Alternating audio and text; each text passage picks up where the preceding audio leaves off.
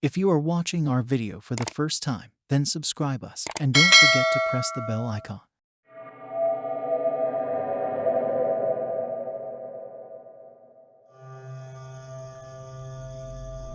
We see Jeshim. He's on his way home from work.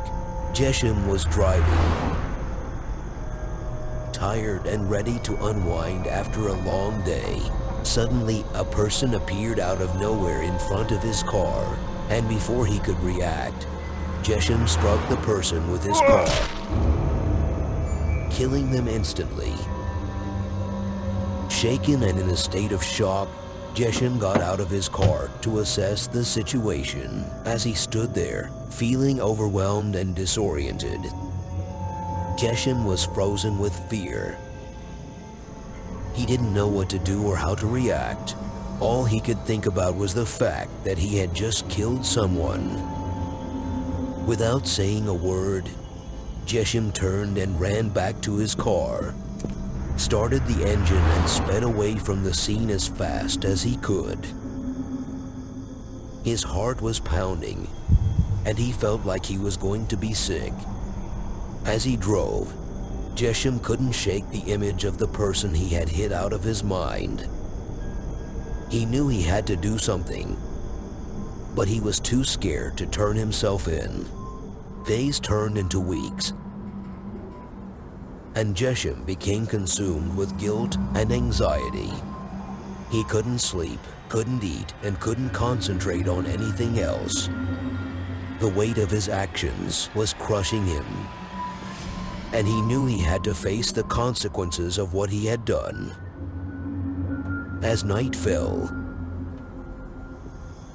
Jeshim woke up the next day feeling uneasy.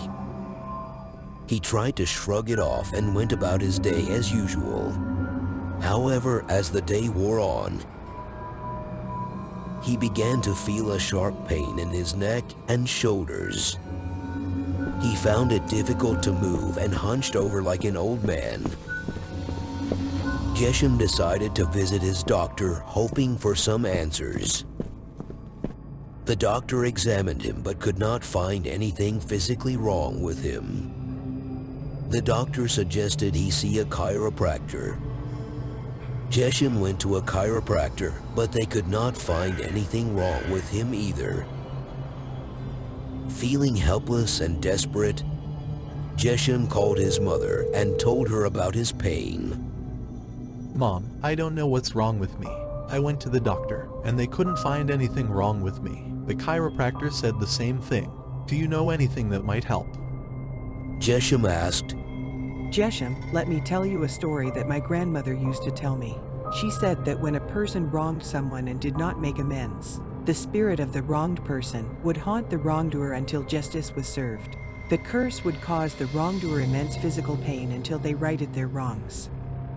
His mother explained. Jeshim was skeptical but desperate for answers. A curse? That's ridiculous. He scoffed.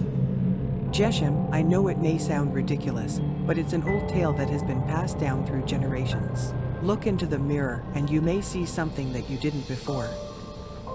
His mother replied. Jeshim looked into the mirror, but he didn't see anything out of the ordinary at first. He turned off the lights and looked closer, hoping to find some clue as to what was causing his pain. Suddenly, he saw something that made him scream in terror. His mother asked him what he saw. There's this horrid-looking spirit thing with hollow white eyes, standing behind my shoulders. What does this mean? It means that you need to make amends for whatever wrong you've committed. The spirit won't leave you alone until you do. His mother replied gravely. Jeshim finally realized that his pain and discomfort were due to his guilt and lack of remorse for the person he had wronged. He knew what he had to do and set out on a journey to right his wrongs. As he walked down the path of redemption, his pain slowly began to subside. He knew that it was a long journey, but he was determined to make things right. Geshem knew he had a lot of work to do. He spent hours researching ways to make amends, trying to find a way to undo the damage he had caused. He knew that he had to face the consequences of his actions, and he was willing to do whatever it took to make things right. Geshem went to the family of the person he had wronged,